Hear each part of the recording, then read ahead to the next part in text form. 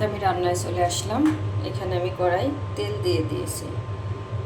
রান্না করব আমি চিংড়ি মাছ দিয়ে লাউ আলুর তরকারি। আসসালামু আলাইকুম, কেমন আছেন আপনারা? আশা করি ভালো আছেন। আমরাও আলহামদুলিল্লাহ সুস্থ আছি, ভালো আছি। তা আমি সব কিছু রেডি করে নিয়েছি। এখানে চিংড়ি মাছে একটু লবণ আর হলুদ মেখে নিয়েছি। তো আমি হালকা করে একটু ভেজে নেব। চিংড়ি মাছ তো খুব বেশি একটা ভাজতে হয় না।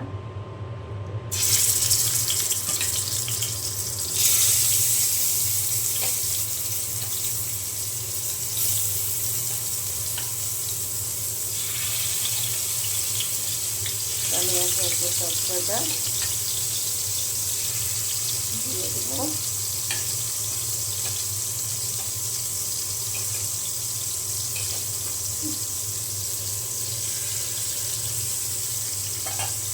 অফ ক্যামেরায় আমি যে লাউ আর আলু কেটে নিয়েছি, আর যা যা লাগে সব কিছু রেডি করে নিয়েছি। খুব বেশি কিন্তু আমি ভাজবো না।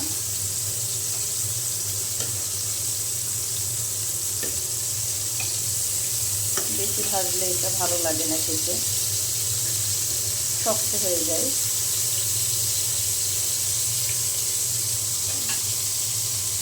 এক পাশ হয়ে গিয়েছে, আর এক পাশ উল্টে দিলাম। আর একটু হয়ে গেলে আমি তুলে নেব।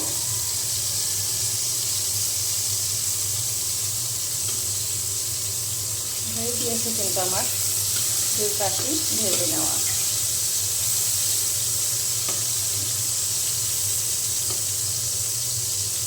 এখন আমি তুলে নেব।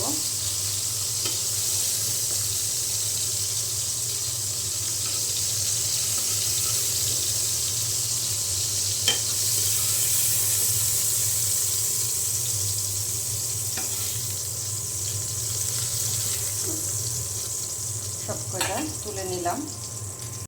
এখন আমি দিয়ে দেব পেঁয়াজ কুচি।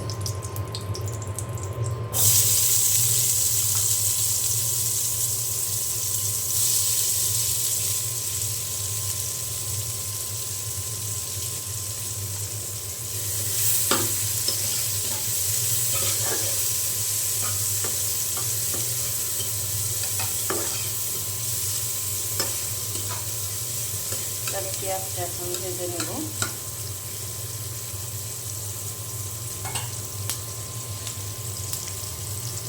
আমার পেঁয়াজ ভেজে নেওয়া হয়ে গিয়েছে। আমি অল্প করে একটু পানি দিয়ে দেব যেন মশলাটা পুড়ে না যায়।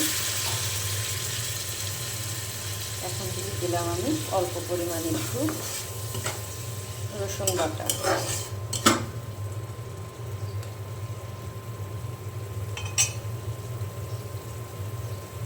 দিয়ে দিলাম জিরা গুঁড়া,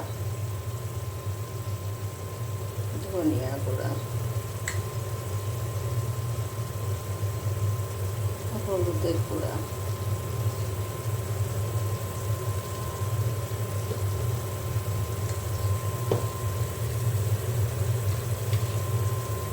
স্বাদ মতো লবণ,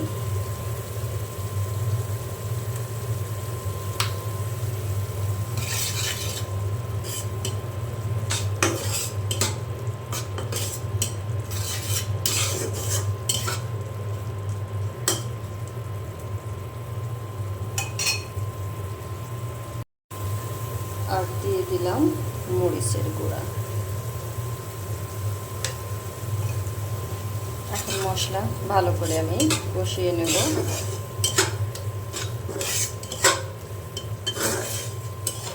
আমি আরেকটু পানি দিয়ে দেব।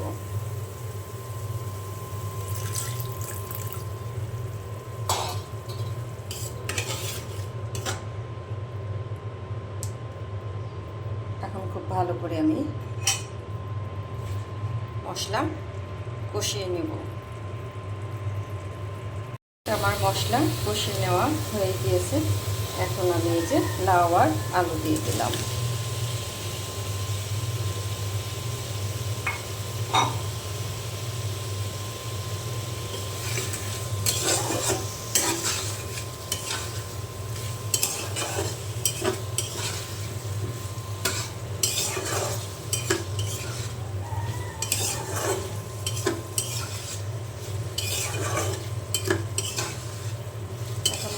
সাথে ভালো করে কষিয়ে নেব। আর আজকে খুব বেশি কিছু একটা শেয়ার করব না, শুধু লাউ রান্নার রেসিপিটাই শেয়ার করব, কারণ শরীরটা না ভালো লাগছে না, তাই একটা তরকারি রান্না করব। আর এটাই আপনাদের সাথে আমি শেয়ার করছি, চিংড়ি মাছ দিয়ে লাউয়ের তরকারি। আমার লাউ আর আলু কষানো হচ্ছে, এখন আমি ভেজে রাখা চিংড়ি মাছগুলা দিয়ে দিলাম।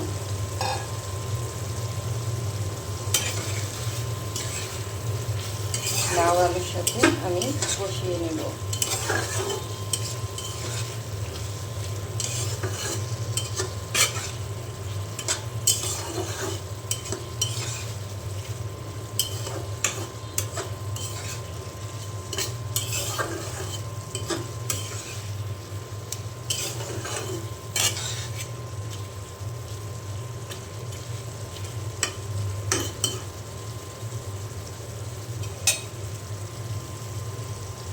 আমি লাউ আলুর সাথে চিংড়ি মাছ, লাউ আলু আবারও খুব ভালো করে আমি কষিয়ে নেব।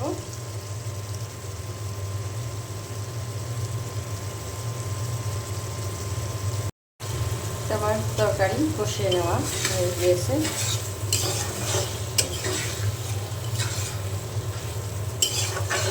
খুব ভালো করে কিন্তু কষিয়ে নিয়েছি। এখন আমি পানি দিয়ে দেবো।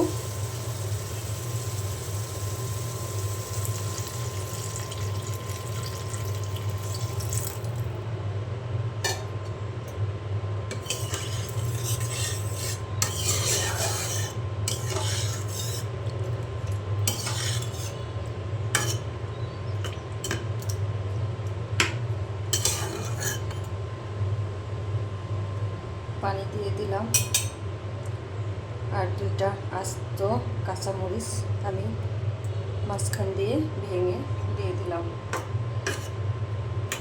ঝাল হবে না, কিন্তু সুন্দর একটা ফ্লেভার বের হবে।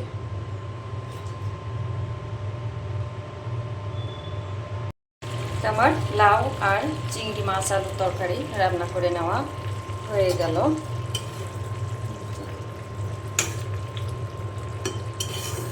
হয়ে গিয়েছে আমার রান্নাটা।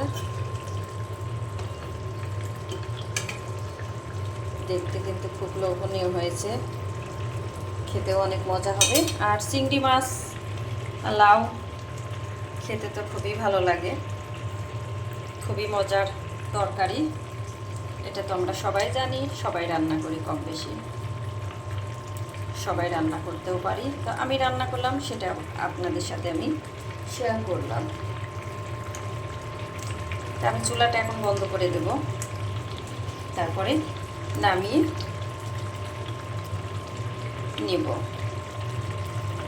একদম কাছ থেকে কিন্তু আমি দেখিয়ে দিলাম যে কেমন হয়েছে।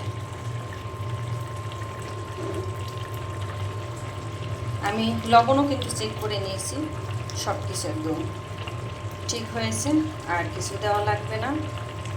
লাউয়ের তরকারি কম মশলা দিয়ে রান্না করলে খেতে বেশি ভালো হয়। তো আমার লাউ আলু দিয়ে আর চিংড়ি মাছ দিয়ে তরকারি রান্না করে নেওয়া হয়ে গিয়েছে। আমি এই যে বাটিতে বেড়ে নিলাম। লাউ আর আলু চিংড়ি দিয়ে লাউ রান্না তো এমনিতেই মজার তরকারি, খুবই ভালো লাগে খেতে। তো আমার রান্নাটা কেমন হয়েছে অবশ্যই অবশ্যই জানাবেন, জানাতে কিন্তু ভুলবেন না। কালারটা মাশাআল্লাহ এখনই অনেক সুন্দর কালার চলে এসেছে। আর আপনারাও এইভাবে রান্না করে খাবেন, চিংড়ি দিয়ে লাউয়ের তরকারি খেতে কিন্তু দারুণ লাগে। আমার এখানে একটু খিচুড়ি ছিল, আমি ফ্রিজে রেখে দিয়েছিলাম। এই যে গোশ দিয়ে রান্না করা, গরুর গোশ দিয়ে। তা আমি সেটা এখন এই যে একটু নরম করে রান্না করে নিচ্ছি আবারও। আর আম দিয়েছি আমি কিন্তু এর মধ্যে, চিকন চিকন ফালি করে যে আম দিয়েছি। আম দিয়ে কিন্তু এই নরম খিচুড়িটা খেতে কিন্তু অসাধারণ লাগে। তো এটা আমি এখন এই যে বাগার দিব, নামিয়ে বাগার দিয়ে নেব। হয়ে গিয়েছে, শুধু এখন নামিয়ে বাগার দেব। তো এটা আমরা শুধু গরম গরম একবারই খেয়ে নেব। আর তরকারি তো রান্না করলাম চিংড়ি মাছ দিয়ে লাউয়ের তরকারি, তো ভাত দিব পরে। তো আমি এটা এখন বাগারটা দিয়ে নিই।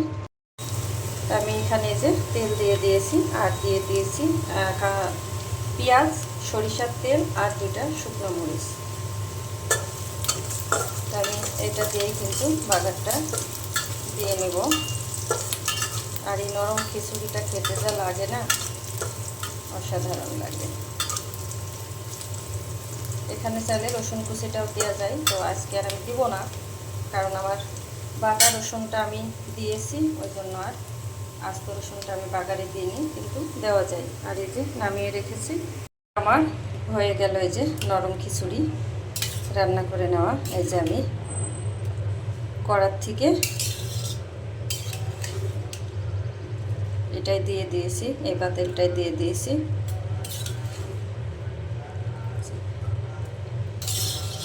এটা গরম গরম খেতে যা লাগবে না, অসাধারণ লাগে। সাথে যদি আচার থাকে আরও বেশি ভালো লাগে আচার দিয়ে খেলে। আমি আচার বানাবো মনে করছি, কিন্তু আসলে আমার বাজারে যাওয়া হচ্ছে না, আমও আনা হচ্ছে না, আচারও বানানো হচ্ছে না। আমের আচারটা আমার মেয়েরা খুব পছন্দ করে, ওই জন্য আমার আমের আচারটাই বানানো হয়। দেখি সময়ও পাচ্ছি না, যদি সময় পাই তাহলে আনবো, আর যদি বানাই অবশ্যই শেয়ার করবো আপনাদের সাথে। তো কেমন হলো আজকে আমার রান্নাবান্না, আমি এখন নামিয়ে নিব। এই যে আম্মা খেয়ে দিলাম ছোটো মেয়েকে।